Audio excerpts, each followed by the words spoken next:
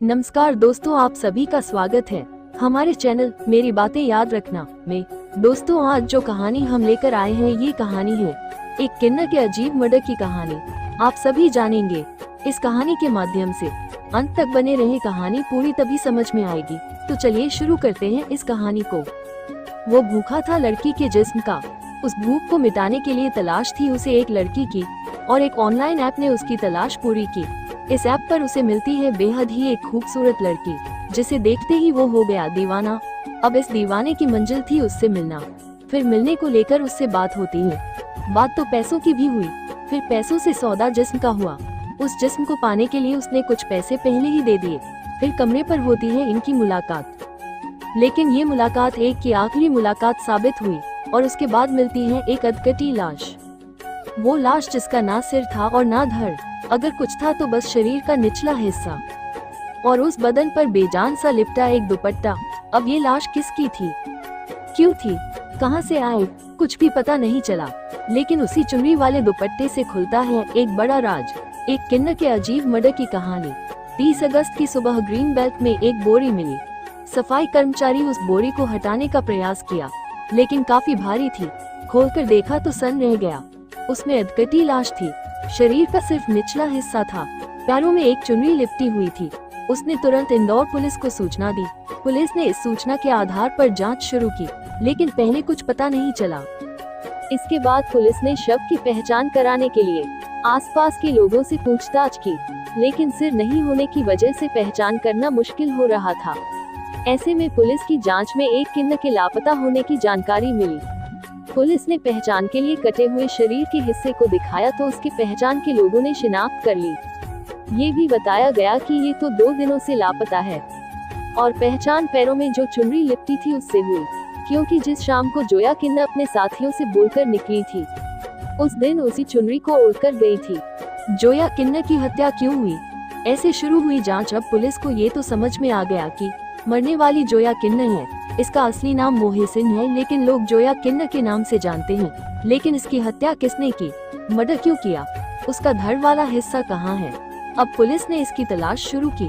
अब पुलिस ने वहाँ के आसपास के इलाके में लगे सीसीटीवी फुटेज को खंगालना शुरू किया। काफी तलाश के बाद ये पता चला कि एक शख्स बाइक पर एक बोरी लेकर जा रहा है, लेकिन कुछ देर बाद जब वो दोबारा सीसीटीवी में दिखता है तो बाइक पर बोरी नहीं दिखती है। ये देखकर पुलिस उस बाइक को ट्रेस करती है। तब पता चलता है कि बाइक उस शख्स की है जो टाइल्स का काम करता है। उसका नाम है नूर मोहम्मद। वो घर बंद कर कहीं भाग गया था। फिर पुलिस ने उसके मोबाइल फोन की लोकेशन निकालकर दबोच लिया। पुलिस की पूछताछ में उसने बताया कि शव का ऊपर वाला हिस्सा उसके घर में एक बक्से में बंद है। इसके बाद पुलिस ने उस हिस्से को भी बरामद कर लिया। इसके बाद इस हत्याकांड की पूरी कहानी सामने आई। 2 साल पहले उसकी शादी हुई थी। पत्नी इस समय गर्भवती थी, इसलिए वो डिलीवरी के लिए अपने मायके चली गई थी। पिछले काफी समय से नूर मोहम्मद घर में अकेला था। इसी बीच उसने शारीरिक संबंध बनाने के लिए एक लड़की की तलाश में जुट गया। इसके बाद कोई डेटिंग ऐप डाउनलोड किया। उसी ऐप के जरिए उसकी मुलाकात जोया से हुई। जोया ने खुद को लड़की बताया और फिर दोनों के बीच मिलने की बात हुई।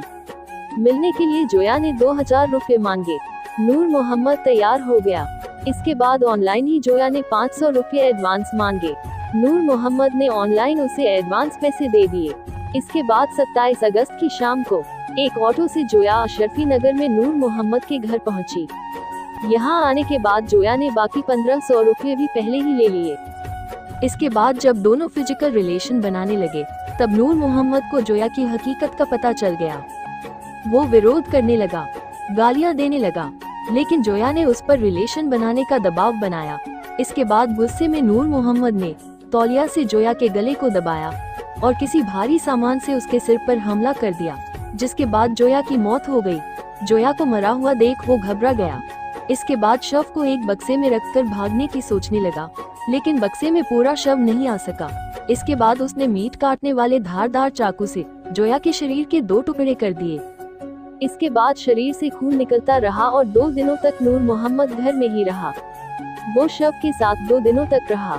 इसके बाद 29 अगस्त की रात में एक बोरी में जोया के निचले हिस्से को बोरी में रखकर दूर ले गया और अंधेरे में ग्रीन बेल्ट में फेंक कर लौट आया। इसके बाद वो घर को बंद कर कहीं भाग गया था। लेकिन पुलिस ने उसे गिरफ्तार कर लिया। तो दोस्तों, ये कहानी आपको कैसी लगी कमेंट करके जरूर बताना, और अच्छी लगी तो एक लाइक जरूर करना। अगर चैनल पर नए मेहमान बनकर आए हैं तो चैनल को सब्सक्राइब जरूर कर लेना। धन्यवाद।